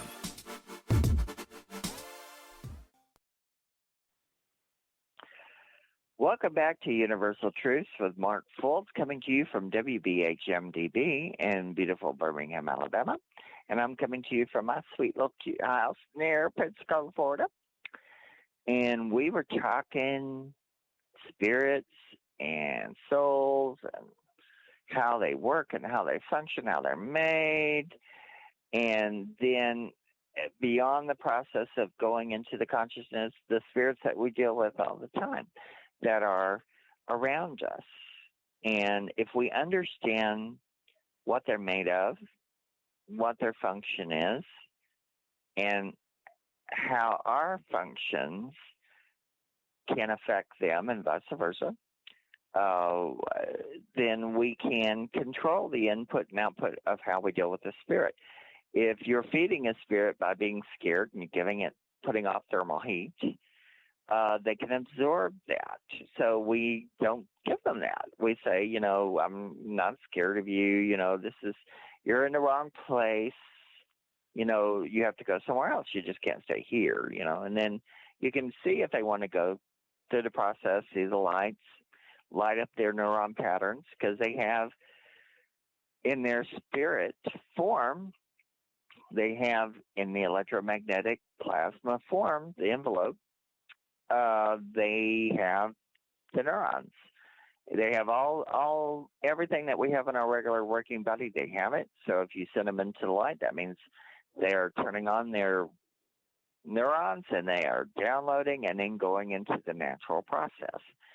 If they are not going on, and you need them out of your house, I just told you how to cleanse your house, how to move them out. If you can get a professional to come do it, get a professional to try it.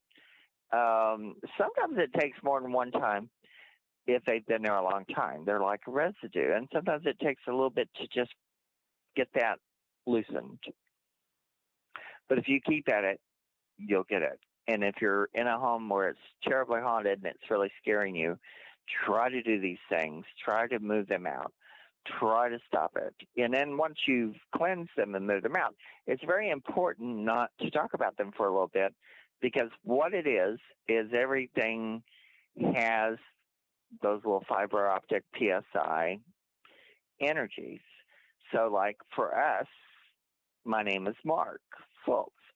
So that name, that energy coming from my body when I say it, has a little fiber optic thread that goes to that. So if I were gone somewhere and they didn't know where I was, if a psychic picked up something that I held or that vibrated to my frequency or to my name, that little fiber optic, they could follow that little fiber optic trail to where I am, or at least see, contact or communicate with that little fiber optic. It's kind of like a little spider web thread. You dong on one end of it, and it goes to the spirit knows you're talking about it. So if you've gotten rid of a spirit, don't talk about it for a little while. Let it disengage. It takes at least 3 or 4 days for it to disengage. And because then if you go, oh, Robert the ghost, dong, they go, oh, they're talking about me. And then they can, you don't want to bring them back in through that fiber optic thread. You want them to get outside of the energy field you've created, and you want them to move on.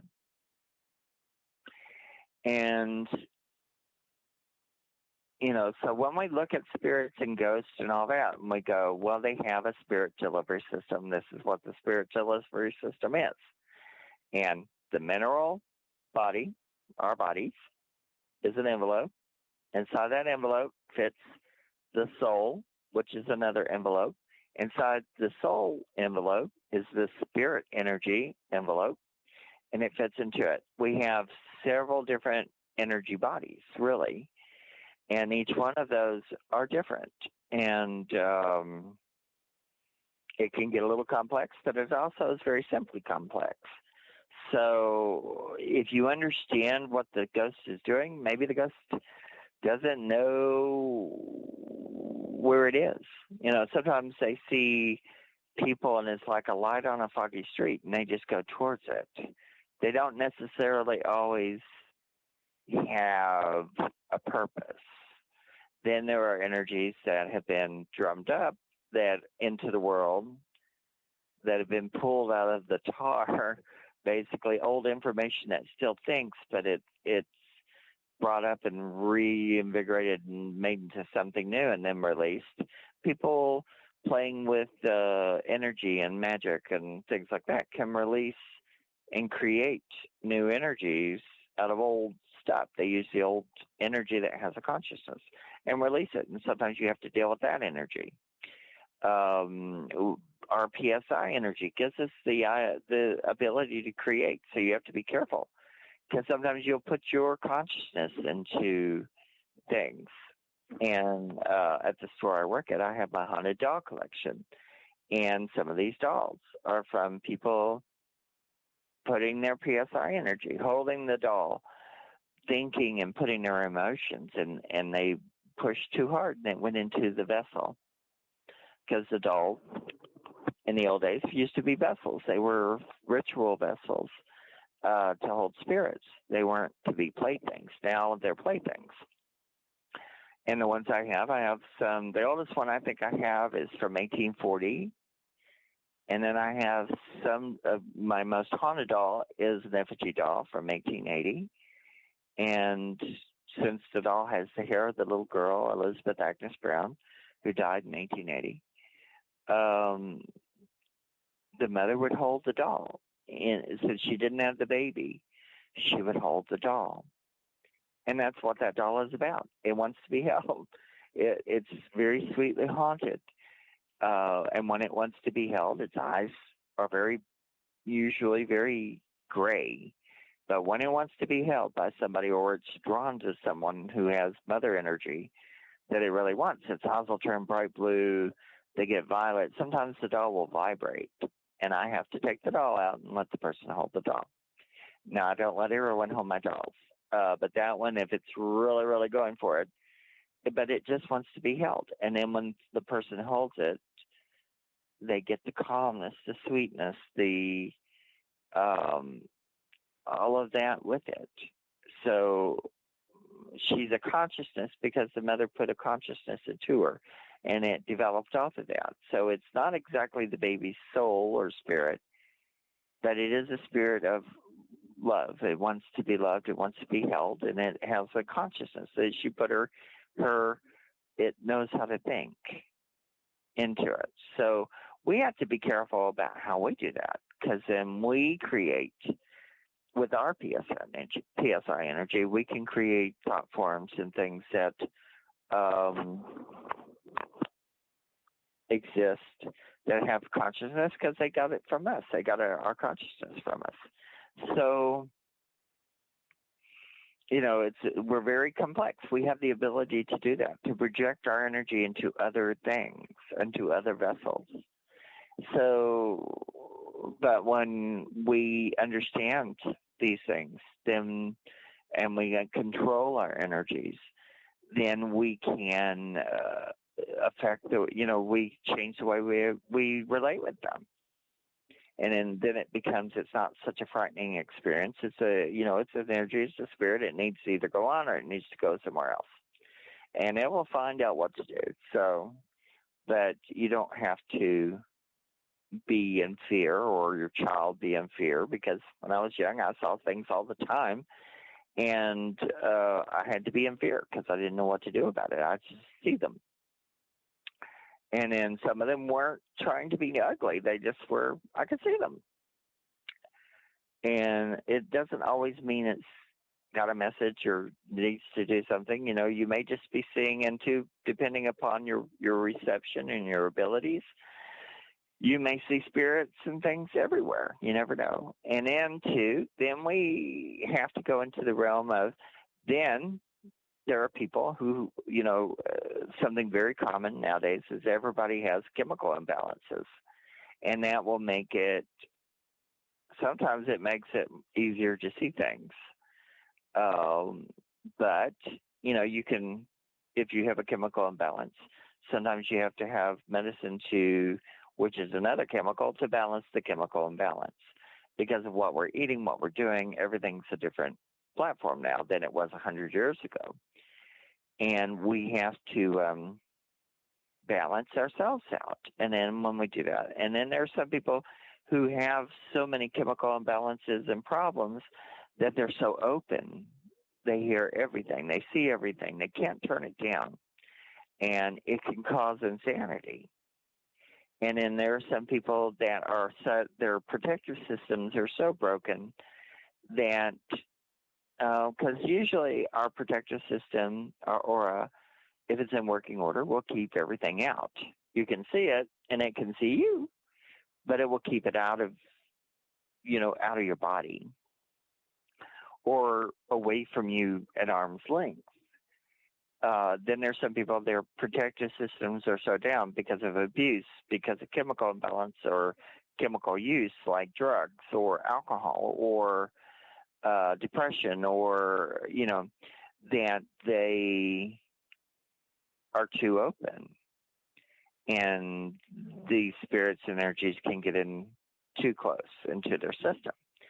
And to get that under order, you have to get that person balanced, get their sanity back, get their brain thinking.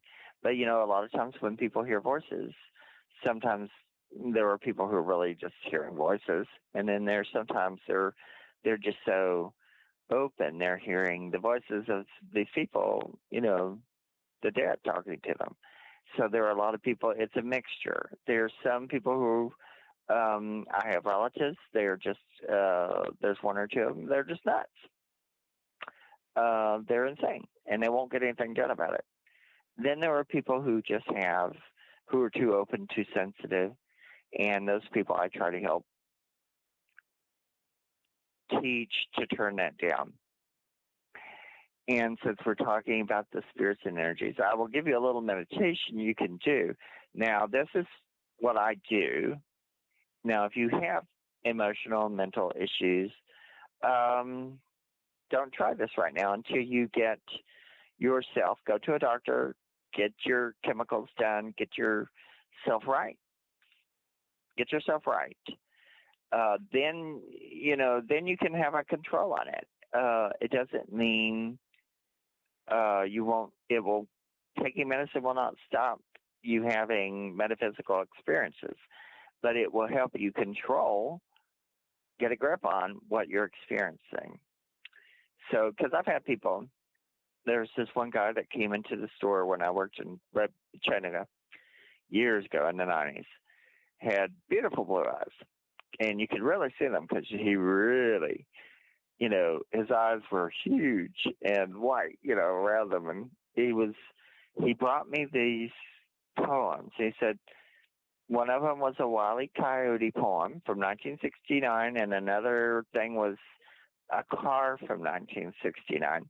And he would say, what are the spirits and the aliens trying to tell me through this poem of Wile E. Coyote? And what is the spirits and the aliens trying to tell me through this car? And I said, they're telling you need to go get some help and get this balanced, and then you can see what you really need to do with it. I mean, he came back, he went to the doctor, came back and said, right as rain, and he was much better, and he was able to deal with things. But what he was doing was he was so out there. He was like a balloon on a tether. And sometimes we all go through those things, and some of us go through it more dramatically. And it's no shame to have an imbalance, as long as you understand it and go, all right, I want to heal myself. I want to get this in control. Get that in control. Then if you're having metaphysical experiences, then look at it. Then have someone look at it and see what they can do. Now, but I'll tell you a little meditation that you can try to control your aura and your boundary. And like I said, if you're having medical chemical imbalances and you're way out of whack, don't be doing that right now. What you need to do is go and talk to your doctor and get assistance, and then you can come back and deal with this. So I'm not a doctor, so you have to go see a doctor to get that help. But for people who need to get in control of their aura, here's a little meditation. So don't do it right now. Just listen to me and then come back and listen to this. You can replay this. Just look up Universal Truths, Mark Fultz.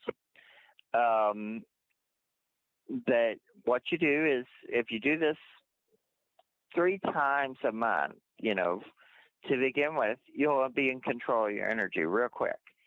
So you imagine, pardon me, you're on a beach at night, facing the ocean, And when you feel relaxed, you go, and everything move you make, you're going to snap. So you go 1, 2, 3, snap, and you see light coming out of the top of your head. That means it's coming out of your neurons. And you see the light. So then you go 1, 2, 3.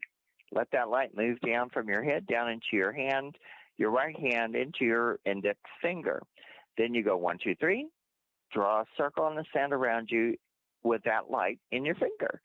And that gives you a boundary. Now that's going to be your filter. So then we go back to sitting on the sand. 1, 2, 3. You feel the light glow out of the top of your head. Stronger, stronger, stronger. And then 1, 2, 3. It flows down your body from your head, and it fills up the circle you drew around you until you are in the center of a sphere of white light. That's your aura. You just cleansed your aura.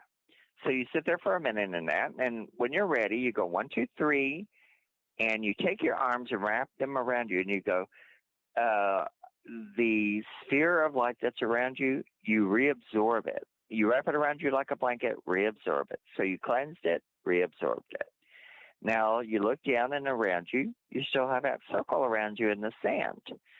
So what you're going to do is imagine at your right temple, about 8, 10 inches away from your forehead, you're going to see a little radio dial.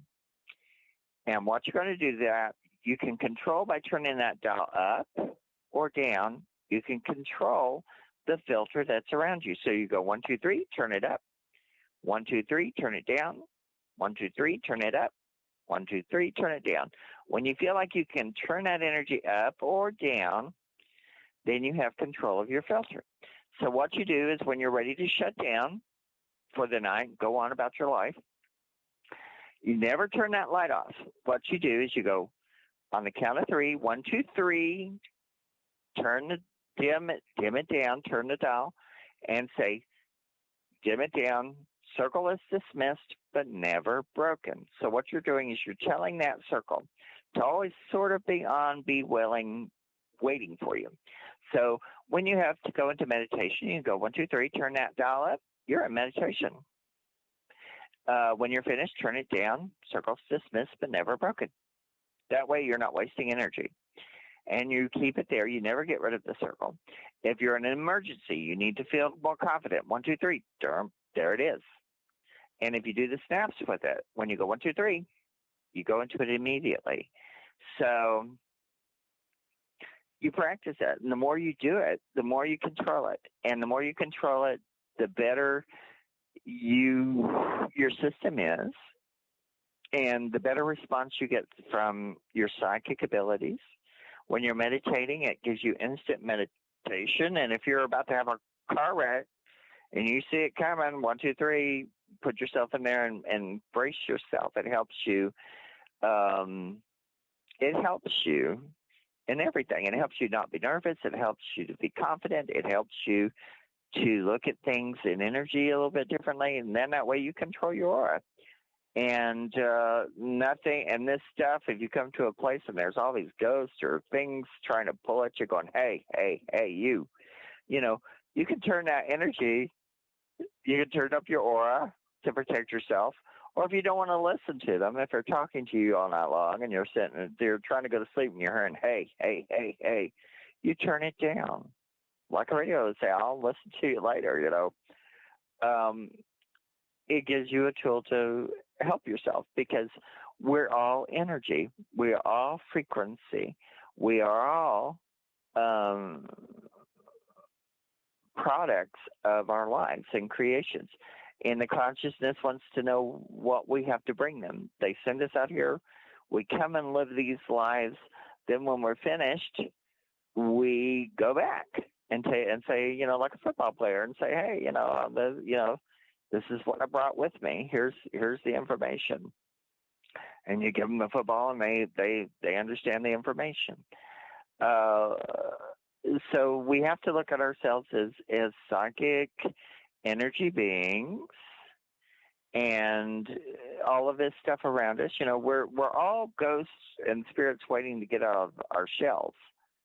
And, next time I croak, I'm probably going to be fairly ready for it.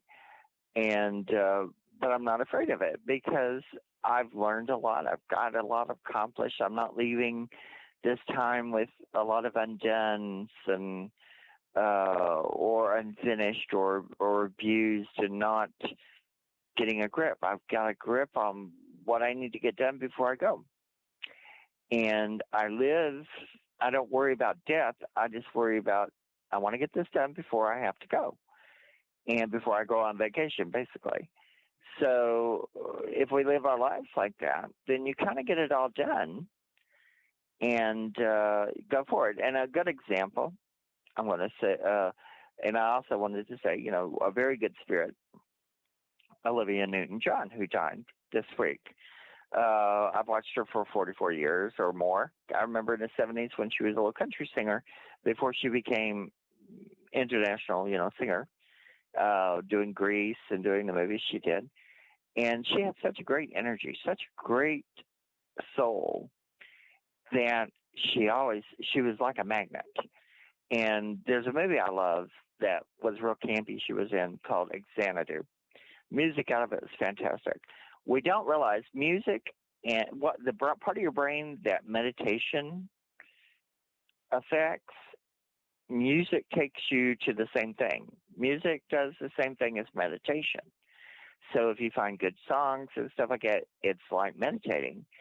And she had some great music and was a part of great things and was such a great energy and graceful and dignified. And she got cancer. She died dignified, and she died helping people and died grateful for the life she had. And I thought, wow, if we could all live our lives like that, if we could just accomplish something like that. And she came in, she accomplished so much, and then she went on her journey.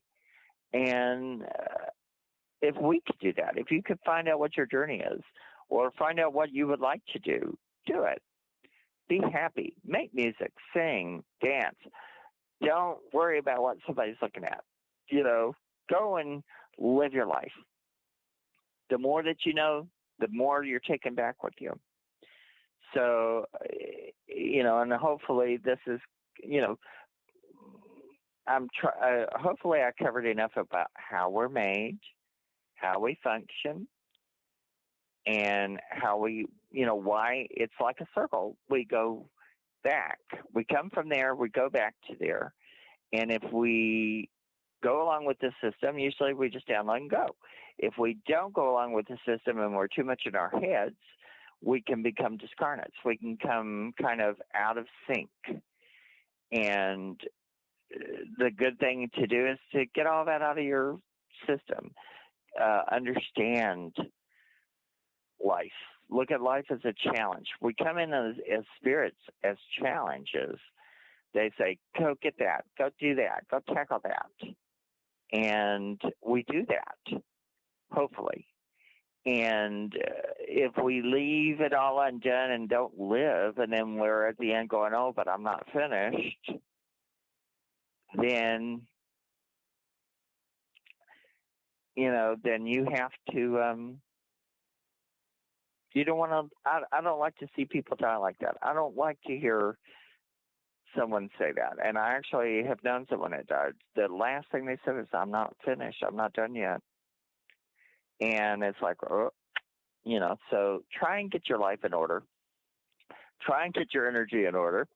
If you're a psychic and you see spirits and you do this, try and get that in order. Try to control your energy, and then that way, naturally, you're going to see things as more commonly in better shape than what you normally would. It's where we are mechanisms. We have tools. We have energy. We just are functioning. So get your life in order. Get your spirit in order. Get your soul in order. Get your body in order, and try to use it to the best of your abilities. Now, again, for people who come to Florida who want to see me in person, I'm usually at Live Metaphysical Store on the weekend. We're open, Fridays and Saturdays, I'm there all the time. Fridays from 1 to 6, Saturday from 11 to 7. And if you're coming and it's a day that, I'm not normally there, you can call the store, Live and Let Live, and talk to Sal or Matthew, and they'll call me and say, I'm coming in town. I'd like to meet him, see if he can come and be in the store, and I'll try. And so, just look us up. We can hook you up with that. And I want to thank all of you who listen to my show. I enjoy doing this. So I hope you enjoy listening. And I want to know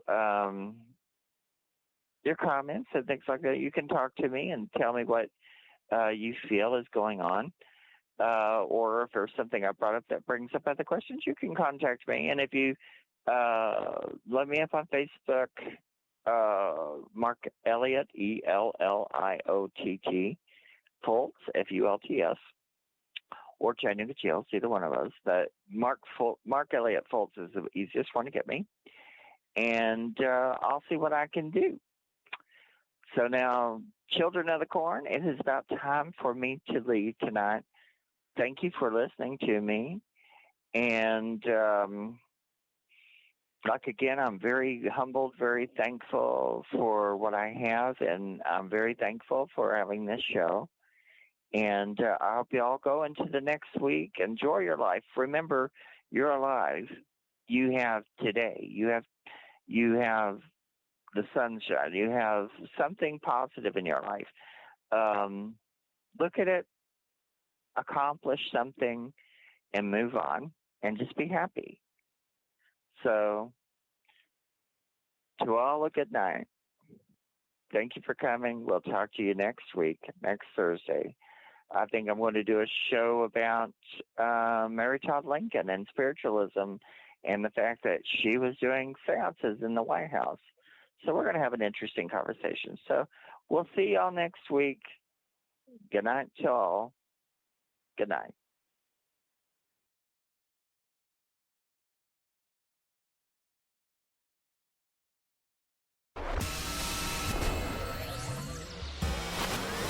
You are listening to WBHM Digital Broadcasting, Birmingham, Alabama.